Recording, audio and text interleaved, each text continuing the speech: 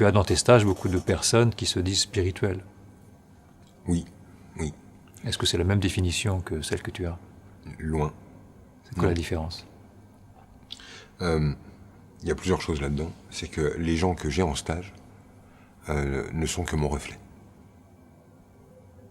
Donc le reflet que j'ai du Franck à connaître, que pour le moment je refuse de connaître, puisque c'est bien eux que j'ai en stage, sont des versions de Franck qui veulent utiliser la spiritualité à des fins de pouvoir et de succès.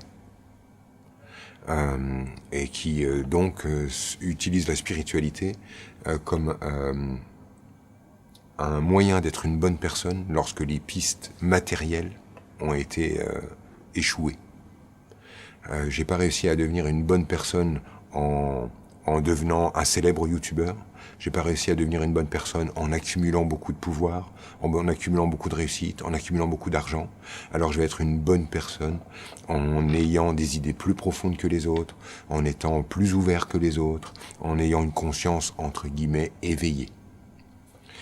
Donc il ne s'agit, moi ce que je suis en train d'observer chez eux, que de ce retour-là me concernant. Maintenant, j'ai un outil qui me permet d'aller me placer depuis leur regard, c'est-à-dire d'aller me mettre dans leurs yeux pour regarder comment eux vivent ce truc-là. Et la plupart du temps, cette spiritualité, elle est vécue comme une posture inconsciemment suppliante,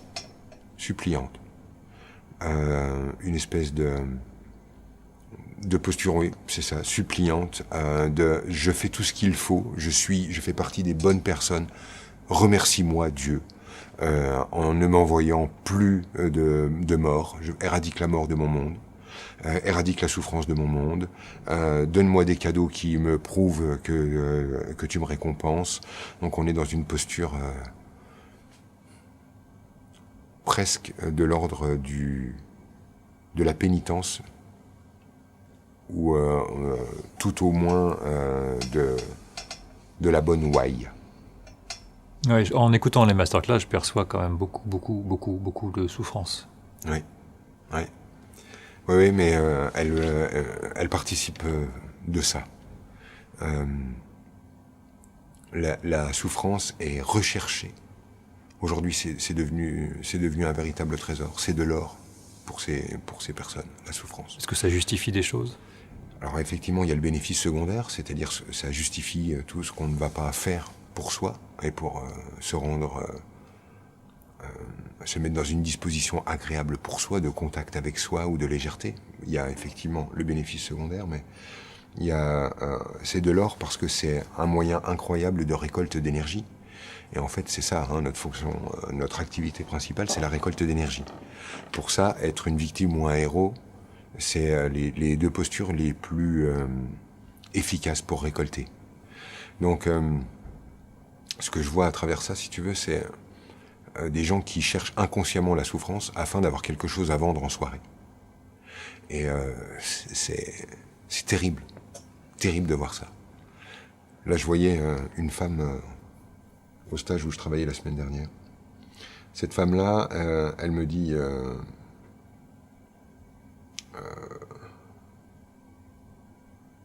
qu'elle a été maltraitée par son père.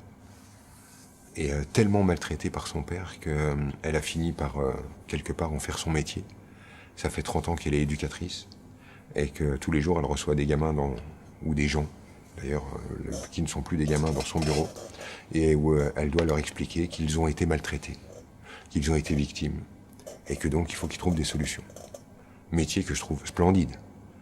D'abord, expliquer aux gens qui ne le savent pas qu'ils ont été victimes, c'est important pour qu'ils puissent savoir ce qui est en train de se produire chez eux et comment commencer de poser les jalons de la sortie de cette vision-là.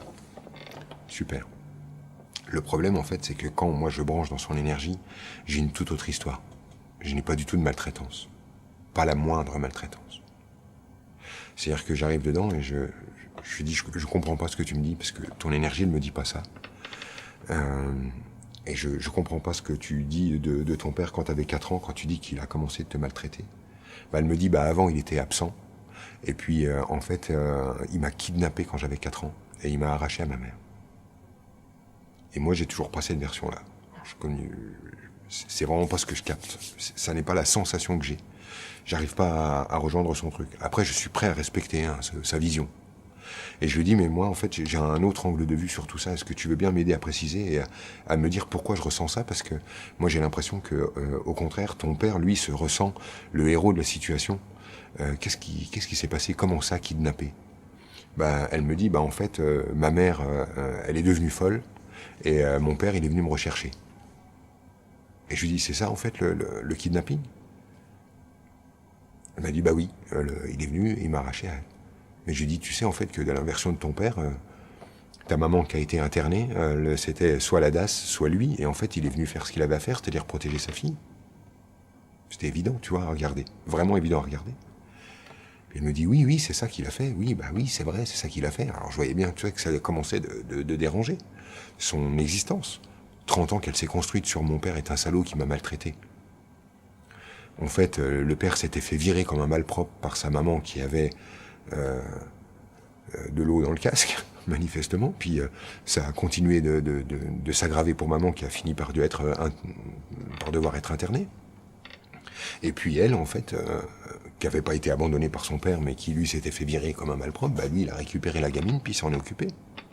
Puis en plus, c'est assez cool, en plus, quand tu discutes avec elle, c'était même pas un... Ben voilà, c'est pas un Thénardier, quoi, le gars. Mais cette version-là ne lui convenait pas du tout. Ensuite, elle me parle d'une guerre fratricide avec sa frangine, de quelque chose, d'une violence inouïe. Et je lui dis, pareil, j'ai pas la même sensation. Et je lui demande, je lui dis, mais qui tenait la selle du vélo quand on a enlevé les roulettes? Et là, elle me dit, bah c'est ma sœur. Et là, je vois donc une fois de plus la sœur qui est décriée comme le monstre qui veut éradiquer sa vie. Je la vois, en fait, elle, tenir la selle quand on enlève les roulettes. Et là, je lui dis, c'est pareil. Alors, c'est quoi cet angle de vue? Ah, bah oui, mais bon, depuis... Et en fait, ce qui sortait de là, c'était à quel point elle avait fini par construire son personnage et sa récolte d'énergie autour de tout le monde me veut du mal. Et c'est pas grave, je tiendrai le coup quand même. Lorsque moi, effectivement, j'enlève cette pierre-là, ça devient hyper compliqué de dire, mais alors comment j'ai fonctionné si je suis plus maltraité? Puis surtout, en fait, et c'est elle qui a pris une grosse claque, c'est qu'elle m'a dit, mais en fait, ça fait 30 ans que je convainc des gens qu'ils ont vécu la même chose que moi, alors que, en fait, je ne l'ai pas vécu. Et c'est là, en fait, qu'on comprend quelque chose qui est super important.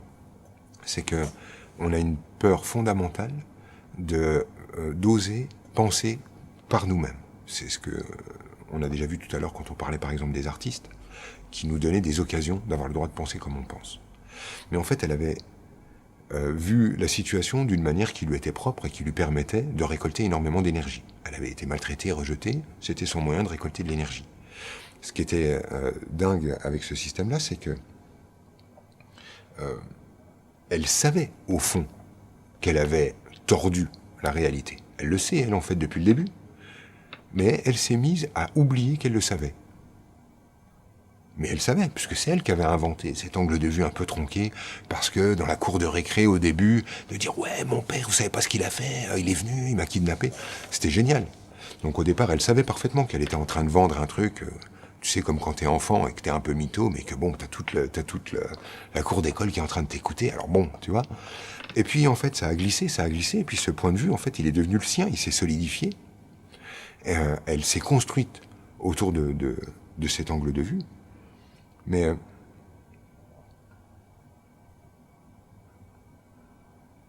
ce qui est terrible déjà pour elle là-dedans, c'est de voir qu'elle avait renoncé à sa vie pour vivre ça.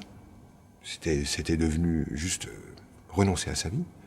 Mais le truc, c'est que comme au départ, elle savait qu'elle mentait, elle a dû, tout doucement, et c'est ce qu'on fait tous, hein, elle a dû tout doucement faire rentrer des gens dans son camp. Hein, c'est-à-dire que comme on sait en fait que notre point de vue sur la vie est totalement unique puisqu'on ne fait qu'observer nos lunettes et que la subjectivité n'est pas possible, on remplace l'objectivité par la somme des subjectivités. C'est-à-dire on demande aux gens de regarder comme nous, et une fois qu'ils regardent comme nous, et qu'on est suffisamment nombreux à regarder la même chose, du coup, on en décrète qu'on est objectif parce que tout le monde voit ça. Tu vois le jeu? Alors, c'est le jeu qu'on observe aujourd'hui avec les réseaux sociaux. C'est-à-dire, on voit quelque chose qui est en fait simplement donc une image de soi revenant vers soi, mais en fait, ayant tellement peur de cette vérité qui nous relâche jamais, on le sait toujours qu'on est en train de s'observer. Au fond, notre système, on le connaît.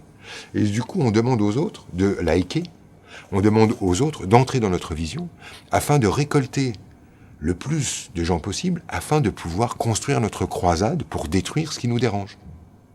Tu vois le genre? Donc, elle avait fait que ça.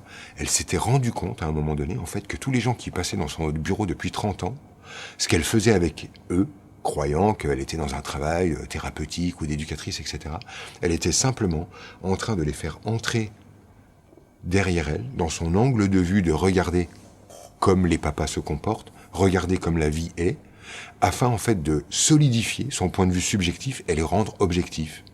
Donc aujourd'hui, elle sait parfaitement objectivement que les papas sont des salauds qui abandonnent, kidnappent leurs gosses et les maltraitent. C'est devenu une réalité objective pour elle, parce que partagée par la somme de toutes les subjectivités de tous les gens qu'elle a fait entrer dans son point de vue à travers ce truc de regarder ce que j'ai vécu. Et aujourd'hui, j'observe ça et je suis souvent choqué par la vague de démagogie populiste à laquelle on assiste, qui consiste à désigner un objet et de demander aux gens de s'indigner. Parce qu'en fait, c'est ça le fond. C'est, je vois l'objet, en fait, il déclenche de l'émotionnel chez moi. C'est normal, il a été mis en place par moi et pour moi. C'est une rencontre entre moi et moi. Mais je vais demander aux gens de s'indigner sur mesure. Indignez-vous tous. Oui, vous avez vu un petit peu ce qu'il a fait, vous avez vu ce qu'il pense, vous vous rendez compte ce qu'il... Et ainsi de suite. Et cette demande, en fait, de indignez-vous en cœur, d'une manière complètement démagogique en plus, hein, parce qu'en fait, on fait de l'autre le mal alors qu'il est polarisé. Le bien, le mal et plein de choses complexes. Mais on réduit sa pensée à quelques phrases, on les tourne de manière à ce qu'elles deviennent complètement inacceptables, on le montre du doigt, indignez-vous. Donc on regarde tous la même chose, la somme des subjectivités va aboutir à l'objectivité, et après, en fait, on doit agir, parce que quand même. Et là, t'as compris, en fait, à quoi on joue, globalement. Ça demande un courage extrême que d'oser regarder les choses, sans demander aux autres d'entrer dans notre point de regard, pour que la somme des subjectivités amène à quelque chose d'objectif. C'est en fait pour ça, et ça peut être dérangeant quand je démarre un masterclass, que je dis que je ne prouve pas mon monde et que je ne veux pas qu'on y souscrive. Je veux éventuellement qu'on ajoute ça à son propre point de vue, mais sûrement pas qu'on remplace son point de vue par le mien. L'idée qui est en dessous, en fait, c'est que j'essaye, puisque je suis devant ce phénomène, de renoncer à ce besoin qui va être sûrement compulsif chez moi, de faire entrer des gens dans mon monde pour que nous puissions en croisade ensuite aller éradiquer ce qui ne ressemble pas à notre version de l'esprit ou de la vie. Tu vois le genre ? Ça demande un courage de fou que de savoir que ce que je suis en train d'observer me concerne et de rester à cet endroit-là, juste là, tranquille. Et pour revenir à cette femme qui découvre, qui finit par accepter d'entendre cette réalité, c'est le sol qui se dérobe sous ses pieds. Alors, c'est marrant parce que dans le même stage, j'en ai eu deux qui ont vécu des choses un peu similaires autour de cette énergie-là. Il y en a une qui a réagi en faisant une crise d'orgueil. Mais elle ne le sait pas. Hein. Mais d'un seul coup, en fait, son angle de vue a changé et elle a passé donc son temps à essayer de trouver chez moi quelque chose d'incohérent, lui permettant de dire en fait, le gars est incohérent, donc en fait, c'est pas si vrai, donc en fait, attends, non mais, oui, et puis bon, hein, puis bon, hein. Et ça a été son activité. Et en fait, je voyais bien que c'était une question de survie pour elle. Parce que te rendre compte comme ça que ça fait 30 ans que t'es en roue libre sur une vieille histoire regardée de travers ou simplement un truc que t'as vendu dans une cour de récré, c'est vraiment un choc. Et moi, j'essaye pas, en fait, au moment-là, de sortir l'autre de ça. Je sais que l'information est entrée dans le système, c'est même pour ça qu'il y a une crise d'ego, et j'ai pas besoin, en fait, que l'autre, si tu veux, se plie, se range derrière mon point de vue. Une autre s'est rendue compte de ça, m'a regardé, m'a dit je suis en train de faire un malaise, je crois que je fais un AVC, je crois que je vais mourir. Moi, j'ai vu ce qui était en train de se passer, c'est qu'effectivement, il y a un truc qui était en train de mourir. Je lui ai dit, t'inquiète pas, tout va bien. Est-ce que quelqu'un a un sucre? On lui a donné un sucre. On l'a allongé par terre, comme pour un malaise vagal, simplement. Elle a eu l'impression de rentrer dans le sol et qu'elle allait disparaître et que c'était sa dernière heure. Et puis, au moment où elle a dit, bon, bah tant pis, je meurs là, désolé pour la scène. Je lui ai dit, non, c'est pas grave, tu peux mourir ici, c'est pas dérangeant, on s'en occupera. Je lui ai laissé son droit d'avoir le sentiment de mourir. Et elle est restée comme ça. Elle a essayé de se relever pour dire non, mais bon, je vais pas vous faire chier avec mon sentiment et machin. J'ai senti qu'elle était en mode warrior et je vais pas déranger les gens et tout ça. Je lui ai dit non, non, non, c'est bon, tu nous déranges pas, reste allongé tranquille, respire ton truc, tout va bien. Et puis le moment est passé. La vie est revenue, les couleurs avec. Et elle a dit ça y est, je viens de naître, ça y est, ça y est là, je viens de naître, elle arrêtait pas de dire ça. C'est marrant. Pour la même info, en fait, comment, si on est face à quelqu'un qui est prêt à dire ok, moi j'en peux plus de mon personnage, j'en peux plus de regarder la vie comme je la regarde, et je préfère accepter de mourir que de continuer d'avoir la vie que j'ai. Ou en fait, comment des fois, ça se passe autrement. Mais finalement, il y en a une qui l'a vécu de façon brutale, et finalement c'est celle qui meurt, et une qui va se le faire d'une manière plus tranquille. Et c'est celle qui fait une crise d'ego pour survivre dans l'instant, et puis ça mettra le temps que ça prend, tu vois. Bon, après, bon, ça c'est que du jeu, c'est presque... Je te raconte ça pour le show. Je sais pas si ça peut servir à ta question, mais en tout cas, c'est vécu de manière très différente. Mais effectivement, le sol peut se dérober sous leurs pieds. Mais je crois que tu as vécu un truc un peu similaire avec moi, à un moment. Il y a un moment où, effectivement, tu sens que ce sur quoi tu t'es construit était juste un angle de vue, et quand vraiment tu le regardes, la structure, elle se regarde elle-même. Pour moi, c'est ça, faire un stage. Je fais pas bouger les gens, je fais un miroir grossissant. Et lorsque ta structure énergétique se contemple elle-même, il y a quelque chose qui s'effondre. Ça m'a pris un mois, moi, pour revoir le jour. C'est terrible. Enfin, ça m'a paru terrible. Ouais, j'en suis conscient. Mais tu m'avais demandé l'autorisation. Tu m'avais même prévenu. Oui, je t'avais dit. T'es sûr que tu veux? Tu m'avais dit. Ouais, bien sûr, vas-y. Ouais, c'est ça. Après, je le fais pas en stage. Il y a plein de gens qui ont une demande de warrior comme ça. Hein, tu sais, vas-y, défonce-moi, machin. Mais c'est du gogo spirituel, c'est n'importe quoi. C'était pas ta posture au moment-là, quoi. C'était une vraie rencontre avec toi que tu voulais faire. Pas... Et en fait, ce qui a été très enrichissant aussi, c'est de voir que c'est parti en une seconde. Et c'est fou. Ouais. C'est fou. J'ai compris quelque chose. Enfin, c'est ça. J'ai switché sur un truc. La structure se contemple elle-même et elle a plus besoin d'entretenir sa forme illusoire. Donc quelque chose disparaît quasiment d'une seconde à l'autre, mais presque on aurait du mal à nommer ce qui est parti. Mais en tout cas, ce qu'on sent, c'est que on ne sait plus. Alors, il faut poser des nouveaux repères. C'est en fait un mois de résistance. Et dès qu'on accepte fin de la résistance, l'information avait toujours été là. En fait. Exactement. Et il m'est arrivé de mettre 1 an à comprendre ce que tu m'avais dit. Oui, c'est fou, mais je connais ce phénomène. Et moi, j'ai mis 25 ans à comprendre ce que mon père m'avait dit. Un jour, d'une manière très, très informelle, autour de la table du café, où il m'avait regardé avec ses yeux rieurs, et en même temps très sérieux, et il me disait « Franck, et si tu fermais un peu ta gueule ?» J'ai mis 25 ans à comprendre. Et c'est marrant parce que c'est ça que je pense de nos aînés. C'est quand je dis qu'ils ont 25 ans d'avance et qu'ils n'ont pas besoin d'ouvrir un bouquin. 25 ans d'expérience, c'est irremplaçable. Et moi, j'ai mis 25 piges à comprendre ce truc aussi simple que ça. C'est le fameux truc qu'on disait tout à l'heure à propos de l'occasion qu'on a de l'ouvrir, de voler de l'énergie, alors qu'en fait, en la fermant, on se donne une véritable énergie. Ouais.